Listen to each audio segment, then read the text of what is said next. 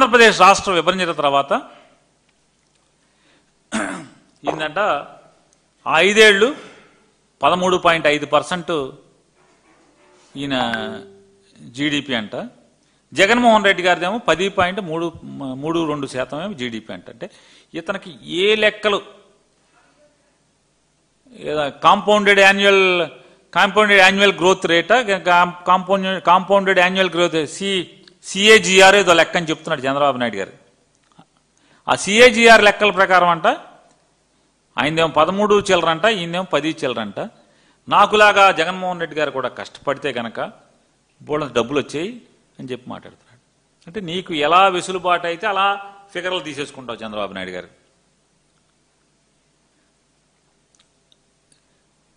మీ 5 ఏళ్ళు ప్రతి సంవత్సరం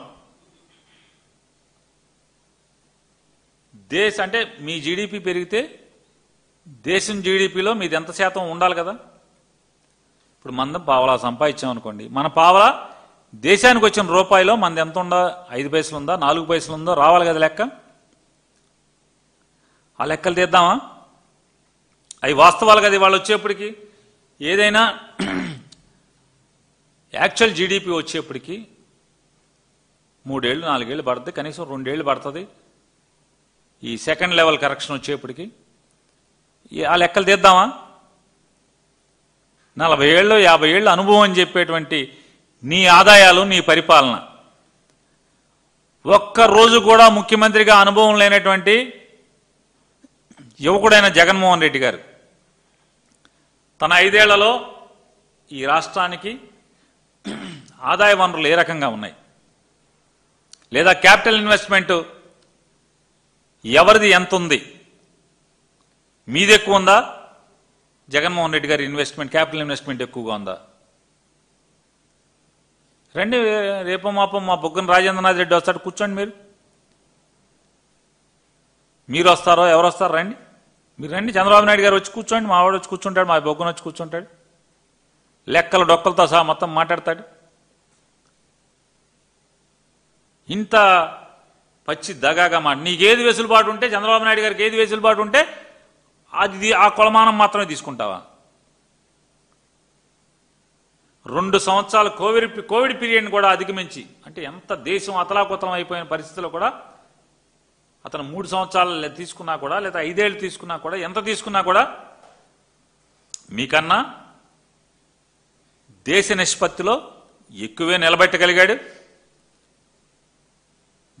కంట్రీ జీడిపిలో ఎక్కువ నిలబెట్టగలిగాడు, ఎంతో అభివృద్ధి చేశాడు, క్యాపిటల్ ఇన్వెస్ట్మెంట్ మీకన్నా కూడా ఎక్కువ చేశాడు, ఈ రాష్ట్రానికి ఎంతో మంచి చేశాడు, ఎన్నో ఆస్తుల్ని మనుగురులాగా చేశాడు. 4 పోర్టులు, 10 ఫిషింగ్ హార్బర్లు, ఒక 17 మెడికల్ కాలేజీల్లో 7 కాలేజీలని పూర్తి చేసి మిగతాయి చేయటం, అంటే అభివృద్ధి పదాన పరిగెత్తించటం, గ్రామ గ్రామాన వేల కోట్ల రూపాయలతో సచివాలయాలు, లేదా ప్రభుత్వానికి, అంటే ఆ రోజేమో సచివాలయాలు ఎవరికి కావాలన్నా మరి వాళ్ళు అయ్యే వాడుకుంటున్నారు కదా. మీరు సచివాలయాలను వాడుకుంటున్నారు, రైతు భరోసా కేంద్రాలను వాడుకుంటున్నారు, అదే హాస్పిటల్ హెల్త్ సబ్ సెంటర్లను కూడా మీరే వాడుకుంటున్నారు కదా. వాడుకుంది ఏముంది? జగన్మోహన్ రెడ్డి గారు సృష్టించినటువంటి సంపదలో ఏది మీరు వాడుకోవట్లేదని అడుగుతున్నాను. ఇంటర్నల్ రోడ్ల వేల కోట్ల రూపాయలతో నిర్మాణం చేసినటువంటి కానీ, లేదా విస్తృతంగా ఆదాయాన్ని వనగూర్చేటువంటి పోర్ట్లు, ఫిషింగ్ హార్బర్లు, సంపదను సృష్టించేటువంటి మీరు ఏది సృష్టించారు? ఇవాళ జగన్మోహన్ రెడ్డి గారు నమ్మేది ఒకటే, చంద్రబాబు నాయుడు పోయి జగన్ వచ్చినా, జగన్ వెళ్ళి చంద్రబాబు వచ్చినా ఈ రాష్ట్రంలో ఉన్నటువంటి పేద ప్రజల బాగోగుల్లో పెద్దగా మార్పులు ఉండేటువంటి అవకాశాలు తక్కువగా ఉంటాయి. సామాన్యుడి కుటుంబంలో ఆ పిల్లలతో ఉన్నత చదువుల ద్వారా మాత్రమే ఆ కుటుంబం ఆర్థిక పురోభివృద్ధి సాధిస్తుంది అనేది నమ్మినవాడు నాడు రాజశేఖర రెడ్డి అయితే నేడు జగన్మోహన్ రెడ్డి గారు.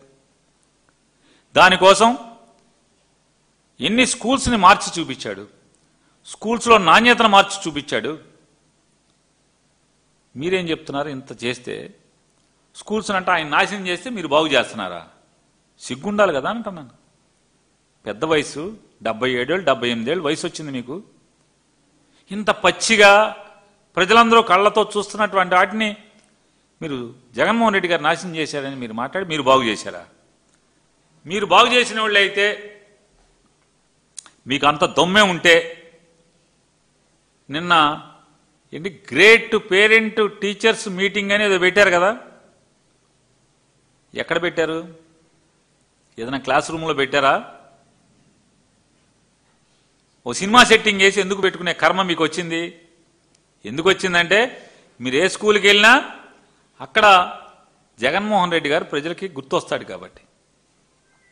ఆ స్కూల్ మార్చింది జగన్మోహన్ రెడ్డి. ఆ బల్లలు మాత్రం తెచ్చుకున్నారు ఇక్కడికి, ఆ సెట్టింగ్లోకి. ఏం చేశారని ఒక తుంటర్ విలేకరు అడిగాడు. సరే జగన్మోహన్ రెడ్డి నాశనం చేశాడు సరే అండి, మీరేం చేశారంటే మేము ఏంటి గొప్పగా పేరెంట్స్ టీచర్స్ మీటింగ్స్ కండక్ట్ చేశాయంట. సిగ్గుపడతలేదు అంటే అంత క్రితం లేవయ్యి పేరెంట్స్ టీచర్స్ మీటింగ్ అంత మొత్తం లేవా అని అడుగుతున్నాను. దానికి మీరు సంవత్సరం కోట్ల రూపాయల డబ్బులు తగలబెడుతున్నారు జనం సొమ్ము. అప్పులు తెచ్చి మరి హెలికాప్టర్లలో విమానాల్లో తిరిగి మీరు అప్పులు తెచ్చి ఆ అప్పు చేసిన సొమ్ముతో ఏం చేస్తున్నారా అంటే అప్పు చేసి పప్పుకూడులాగా మీ హెలికాప్టర్లో విమానాల్లో ఎక్కి తిరిగి మీ షామ్యానా కంపెనీ వాళ్ళకి సెట్టింగ్లు వేయటానికి డబ్బులన్నీ అయిపోతున్నాయి కదా. ఒక స్కూల్లోకి వెళ్ళి మీరు ఎందుకు చేయలేకపోయారు? మీ తండ్రి కొడుకులు ఇద్దరు వెళ్ళి అసలు ఈ డ్రామాలు చూడలేక వస్తున్నాం. అతనేమో మామూలుగా హెలికాప్టర్లు వెళ్తాడు, ఇతనేమో విమానంలో వెళ్తాడు కొడుకు. ఒక గ్రౌండ్లోనేమో టెంట్ వేశారు, స్కూల్లో ఇలా గ్రౌండ్లో టెంట్ వేశారు, టెంట్ వేసి కారు వేసుకుని వస్తాడు. రాగానే కలెక్టర్ గారు ఇంకా ఆఫీసర్లు ఈయన కొడుకు గారు నుంచుంటారు, ఇట్లా స్టిప్గా నుంచుని నమస్కారం అండి చంద్రబాబు నాయుడు గారు అని పెడతారు. ఇంటికాడ పెట్టుకోరనమాట నమస్కారాలు. జనాలకు సోక్కి దిగంగానే చొక్కాకేం మైకు తగిలిచ్చేస్తారు. రండి నాన్నగారు అని లోపలికి తీసుకెళ్తారు. రండి సార్ లోపలికి అంటే ఇక డబ్బాలు కొట్టుకోవడం అక్కడ ఏంటి అంటే మా నాన్నగారు ఎప్పుడు నా స్కూల్కి రాలేదు పేరెంట్స్ టీచర్ మీటింగ్కి, మీకోసమే జీవితాన్ని అంకితం చేసి అంటాడు. ఈయన మాట్లాడతాడు, అరే బాబు ఇవన్నీ మీరేం చేశారు? చదువుని ఎంత నాశనం చేశారు. మీరు వచ్చిన తర్వాత ట్యాబులు బీకేశారు, పిల్లలకి నాణ్యమైన విద్యను అందించేదానికి పాడు చేశారు, ఇంగ్లీష్ మీడియం పాడు చేశారు. లోకేష్ గారి కొడుకు ఇంగ్లీష్ మీడియంలో చదువుతున్నాడా, ఏ మీడియం తెలుగు మీడియం చదువుతున్నాడా? చెప్పండి నారా చంద్రబాబు నాయుడు గారు. ఆంధ్రప్రదేశ్ రాష్ట్రంలో పిల్లల్ని ఇంగ్లీష్ మీడియం పెట్టి జగన్మోహన్ రెడ్డి గారు పాడు చేశాడు, విద్యా వ్యవస్థను నాశనం చేశాడంటే మీ మనవణ్ణి ఎక్కడ చదివిస్తున్నారు? మీ ఎమ్మెల్యేల పిల్లలందరూ ఎక్కడ చదువుతున్నారు? గుండెల మీద చేసుకు చెప్పండి ఎవడైనా. ఒక్క ఎమ్మెల్యే కొడుకు ఎవరైనా ప్రభుత్వ పాఠశాలలో తెలుగు మీడియంలో ఇవ్వడం చదువుతున్నాడా? చదవట్లేదు కదా. మీ ఇంట్లో చదవరు, మీ దగ్గర పనిచేసే వాళ్ళ ఇంట్లో చదవరు, మీ ఎమ్మెల్యేలు చదవరు, మీ మంత్రుల పిల్లలు చదవరు, మీ మంత్రుల మనవాళ్ళు చదవరు. నాశనం చేసింది ఎవరు? ఎందుకు నాశనం చేశారు? ఒకటే అర్థమవుతుంది అంటే పేదవాళ్ళ పిల్లలు బాగా చదువుకుని వాళ్ళు ఎక్కడికో ఎగిరిపోతే పెత్తందారుల ఇళ్లలో పనిచేయటానికి మనుషులు దొరకరనేటువంటి తప్పుడు ఆలోచనతో తప్పితే మీ ప్రభుత్వం ఎందుకు విద్యా వ్యవస్థలో ఇంగ్లీష్ మీడియం తీసేసింది? వాళ్ళకి నాణ్యమైన విద్యను ఎందుకు అందించట్లేదు? నవీన విద్య ఎందుకు అందించట్లేదు? అందించకపోగా సర్వనాశనం చేసి జగన్మోహన్ రెడ్డి గారి మీద ఇంకా తప్పుడు మాటలు మాట్లాడటం. ఇవాళ మీ కాకిలెక్కలన్నీ కూడా మాట్లాడుకుంటే సంపద సృష్టించానంటున్నారు, సూపర్ 6 చేశానంటున్నారు, సూపర్ 8 కూడా చేశానంటున్నారు. ఏం చేశారు? ఏ సూపర్ 6 చేశారు? రాష్ట్రంలో 18 ఏళ్ళు నిండినటువంటి ప్రతి ఆడపిల్లకి